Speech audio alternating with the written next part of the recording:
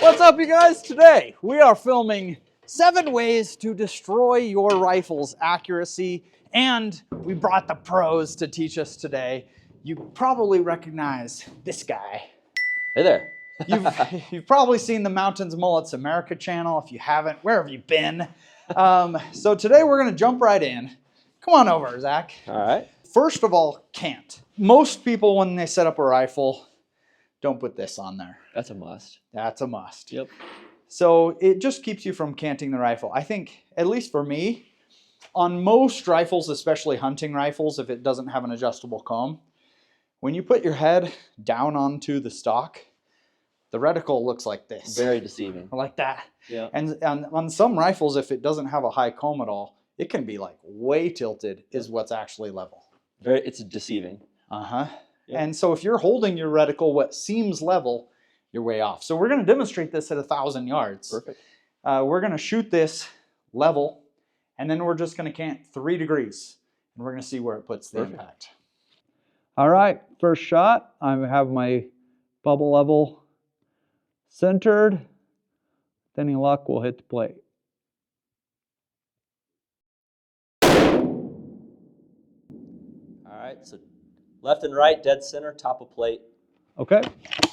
Okay, now I'm going to cant to the left this time, just 3 degrees. So that bubble is just barely hitting the edge. A 3-degree cant's pretty minor. Off left edge.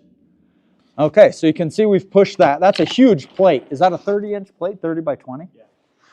So we've pushed that shot quite a bit. Now I'm going to cant the other direction. 3 degrees.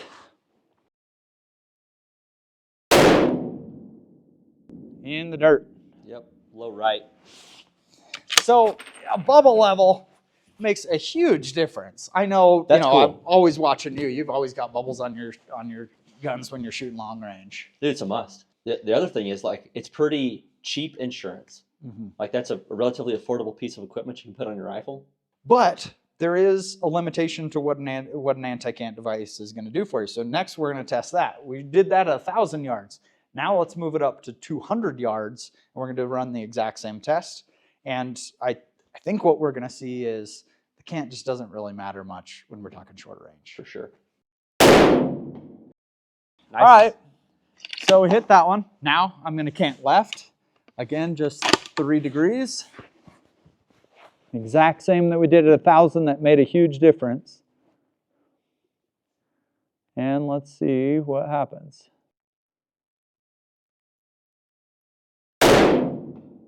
Still hits the plate. Yep. So at 200 yards, it didn't even really make much of a noticeable difference. And then we'll do the same thing, cant the other direction.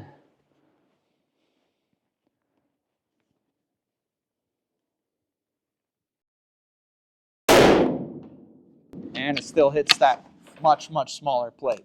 And so having a bubble level on that scope is an easy way to maintain the rifle's accuracy if you're shooting long range. If you're sticking it to 100, 200 yards, you're going to see a limited benefit. Another way to just ruin the rifle's accuracy is, it sucks when you spend a lot of money on a rifle and then you feel like you got to go buy like 5 different loads now to see which one it shoots better. But it makes a really big difference. I think you have to. I think certain rifles, certain barrels like different bullets and different loads.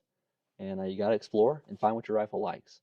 So if you're reloading, I know you do a ton of reloading. What's the first thing you change if it's just you're not getting the accuracy you want? Yeah, if you're not in the ballpark where you want to be, the first thing I change is the bullet. Yep. Okay. Me too. Yep. So like, if you're targeting a 1 MOA or less group and you're shooting 2-inch groups, I change bullet.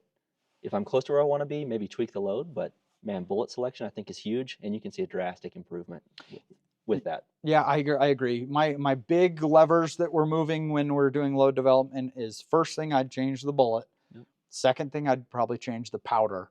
And then the third thing, especially if you're talking about a jump sensitive bullet, like some of the Berger bullets, some copper bullets, then we're going to try changing the jump. That's how much the distance that the bullet goes from where it's seated in the cartridge before it has to jump to hit the lands, the rifling in there. Sometimes if you make big differences, 30 to 60 to 90 thou off the lands, you can see a significant change. If you're making a tiny, tiny difference, you probably aren't going to be able to see it measurably. All right, number 3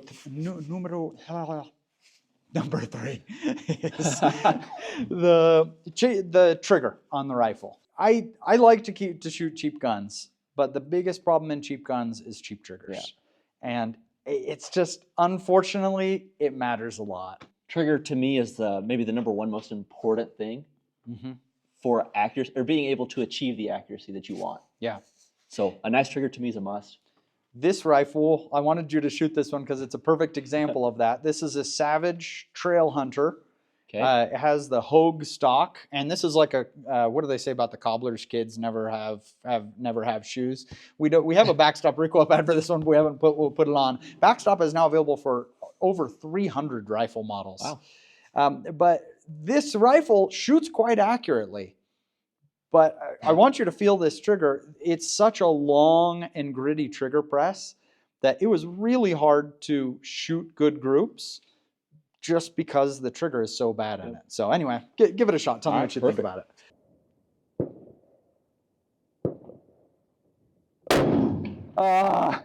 The trigger pull is long on that thing. And it just kind of went off at a time that I wasn't expecting it. There's just a lot of travel.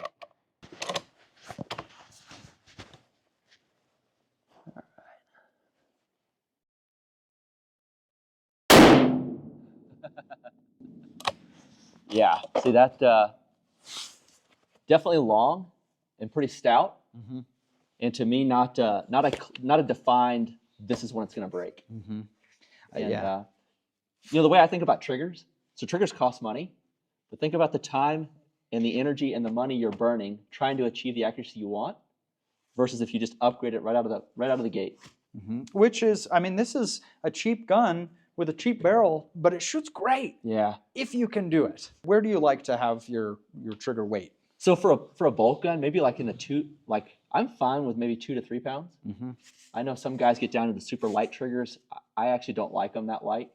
I don't either. Yeah. I too often touch it when it doesn't go where I want to. I also prefer a 2-stage trigger. I do too. Yeah. So I like a nice 2-stage. You get that first stage to pull through, and then you know when it's gone. A wall, and then boom. Yeah. Fourth way to ruin your rifle's accuracy is those annoying statistics.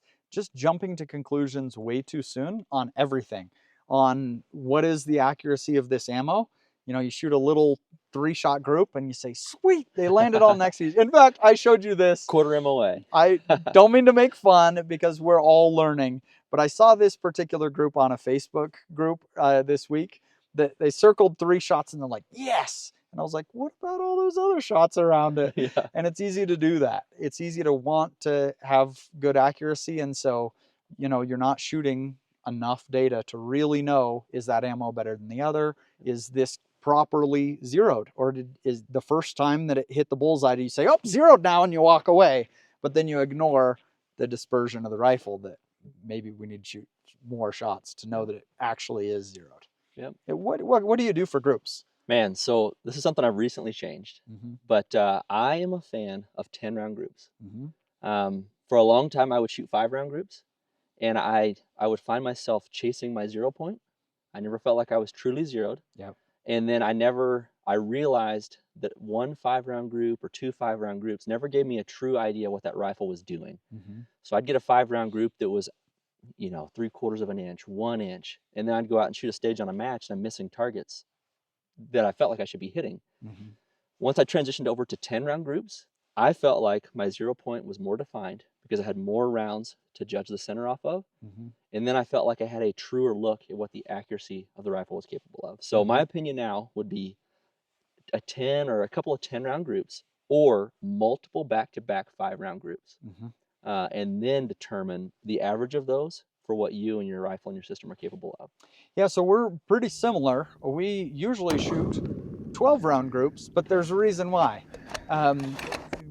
Most of the time we're showing 5 or 4 or whatever 3-round groups. And the reason that we're shooting 3 shots is because so often we'll get in a pencil thin barrel for a hunting rifle. And so what we'll do is we're never going to shoot a 3-round group and say it's great, walk away. But you'll see us on the channel, we do it all the time. When we're testing it, we might shoot 4 rounds of 3-shot groups. And the reason is we want the barrel to cool between each group of 3. And so it's really the same thing, that like if we're doing our 0, we'll shoot those groups and we'll just count how many of the shots were high, how many of them were left, etc., from all of the groups combined. And then there's one other practical reason that we shoot often 3-shot groups, but a lot of those groups, is you actually get a little bit better data about the group size if we're going to show the group size as the extreme spread, the difference between, you know, the furthest ones apart, because now we get 4 data points instead of 1. And so you could have put 9 shots clustered perfectly and then 1 errant shots, and you still have a 3-inch group because of that 1 errant shot, which we can't ignore, but it also doesn't tell you, oh, but you did have 9 right next to each other. Which that is a great point, because the way I look at it, you have your rifle, your ammo, and yourself as the shooter. And, you know, when you go out on one day, maybe all 3 things are performing perfectly and you look great. The next day you go out, one of the 3 is not perfect. You look not as good. So at some point you do have to get average over time, you know, multiple rounds like you're talking about, to get a true look at what you're capable of. So you go out and you shoot 1 3-round group at a 1/2 inch. That doesn't mean you, your rifle, and your setup are a 1/2 MOA gun. Heck to me. no. Yeah, I totally agree. Okay, rear rest is one that we see constantly. I started doing something about 6 months ago that every time, like in Backfire Plus, if somebody's messaging in there and saying, oh man, I'm not pulling the accuracy out of this gun, these are the groups that I got, I started commenting the first time, every single time, even if they're asking, you know, what load, what should I do, what should I change on the gun? Before I continue the conversation, I always ask, do you have a bipod and a rear sandbag? Yes. And if you don't, let's try that first before we talk about anything else in accuracy. Yep. And I'm amazed how many guys that are serious shooters will see on YouTube or something, and they're shooting like this, you know, no rear rest. Yeah, just a hand. Just a hand like that. And like if I hold, I'm on that 100-yard target right now. If I hold as steady as I can, just like this, that reticle is moving at least 1 MOA. And like this, I mean, with just a bipod and a rear bag, there's still movement. I'm probably going to see 1/4 MOA of just wobble in that reticle. But significantly less. But much, much less. Yeah, the other one, I was talking to, if you watch the F-Class John channel, he has a great channel, and we were talking the other day about rear bags, because in F-Class, they're serious. I mean, they're, you know, they'll make sure that rifle it's so cool. I was watching one of his videos, and he shot, and the reticle goes exactly back to the bullseye when it tracks back, and I'm like, I mean, you never get that on a hunting rifle. And speaking of rear rest, we'll just kind of toss this in. This one, if you go to the SAM facility in Texas, they use this. It looks like a hot pad. I think they call it the bear paw. No, the dog paw. It says right on it. But this is an interesting rest when you're shooting positional. I mean, it's certainly not going to be a rear bag to be as solid as anything, but it takes the trimmer of your hand out, and so you can kind of use it as a rear rest. It's just very convenient to move around. And so I wanted to try this like in an NRL 22 competition or something, where you're moving around quickly, but you want to rear rest. I think there's some times that it could work quite well. Another way to ruin the rifle's accuracy is to not tighten everything down. When we get a new rifle, we have learned the hard way. If they have a Picatinny rail attached, I immediately take it off. I put Vibratite on the screws, and I'll torque it down myself, because we've had so many Picatinny rails that were not tightened at the factory.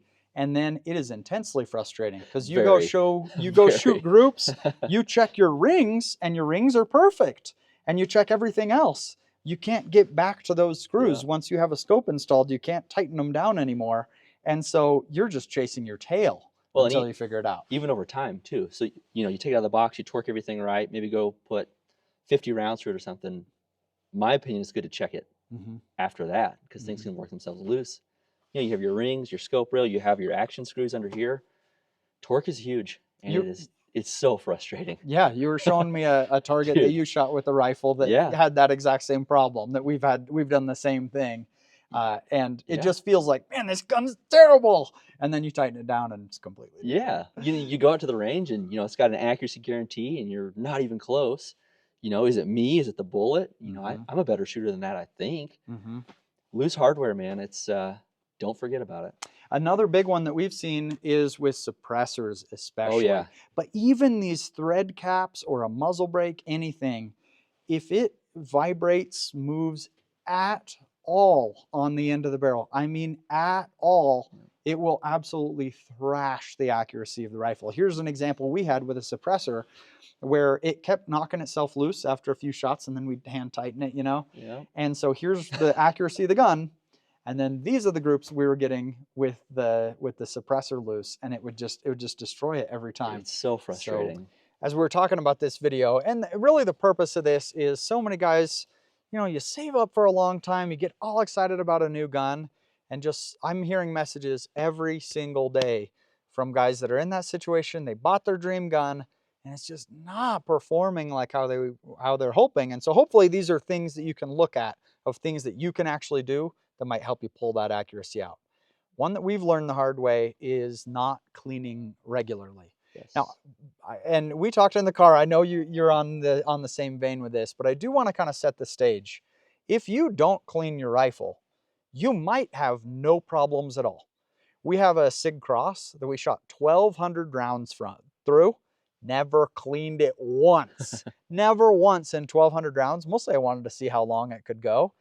And the accuracy did not change. It was consistent half MOA from shot 1 to shot 1,200. Wow. And then we cleaned it and nothing changed. It was still fine. That's why I cleaned it. I wanted to see, well, some people say, I was going to destroy it. And so it absolutely can happen, and especially in certain cartridges where you just really don't need to clean that often.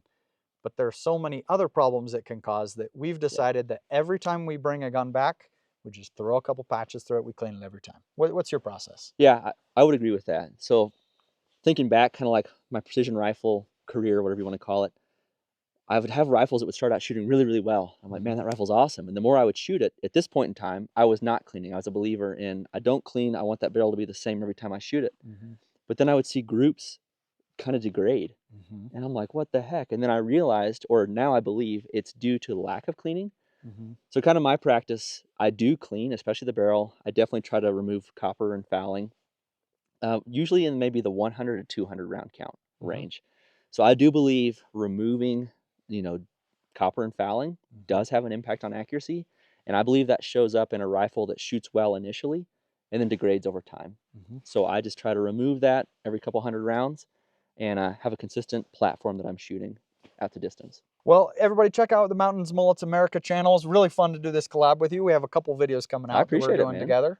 I enjoyed all the precision and tactical rifles you have, and you just have such a just chill demeanor. I really really enjoy it. So. Well, I'm having a blast, man. It's fun to meet someone else that's like super geeks out in the precision rifle space.